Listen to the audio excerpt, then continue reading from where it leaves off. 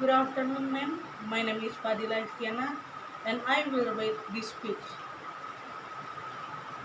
Thank you, Mr. Secretary General, Your Excellencies, ladies and gentlemen, and distinguished guests.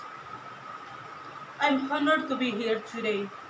I stand before you not as an expert, but as concerned citizen, one of the 400,000 people who marched in the streets of New York on Sunday, and the billions of others around the world who want to solve our climate crisis.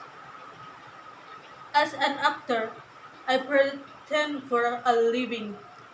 I play fictitious characters, often solving fictitious problems. I believe humankind has looked at climate change in that same way, as if as if it were a fiction happening to someone else's planet, as if pretending that climate change wasn't real would somehow make it go away. But I think we know better than that. Every week, we are seeing new and undeniable climate event, evidence that accelerated climate change is right here now. We know that droughts are intensifying, our oceans are warming and acidifying, with methane plumes rising up from the ocean floor.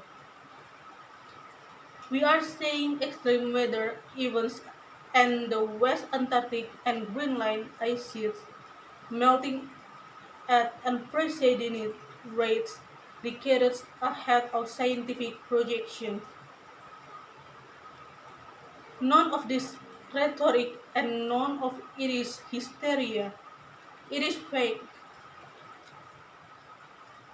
The scientific community know it. Industry and government know it. Even the United States military know it. The chief of the U.S. Navy's Pacific Command, Admiral Samuel Locklear, recently said that climate change is our single greatest security threat. My friends, this body perhaps more than any other gathering in human history now face this difficult but achievable task. You can make history or you will be vilified by it. To be clear, this is not about just telling people to change their light bulbs or to buy a hybrid car. This disaster has grown beyond the choices that individuals make. This is now about our industry and government around the world taking decisive large-scale action. Now is our moment for action. We need to put a price tag on carbon emissions and eliminate government subsidies for oil, coal, and gas companies. We need to end the free ride that industrial polluters have been given in the name of free market economy. They don't deserve our tax dollars. They deserve our scrutiny, for the economy itself will die if our ecosystem collapses.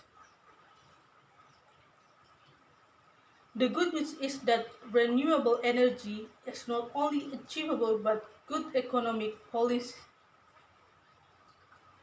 This is not a partisan debate, it is a human one. Clean air and livable climate are inalienable human rights. And solving this crisis is not a question of politics, it is a question of our own survival. This is the most urgent of times and the most urgent of message.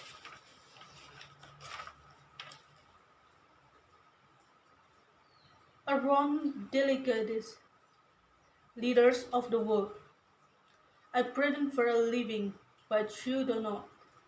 The people made their voices heard on Sunday around the world, and the momentum will not stop.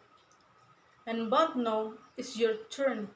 The time to answer humankind's greatest challenge is now. We beg you to face it with courage and honesty. Thank you. Thank you very much, ma'am.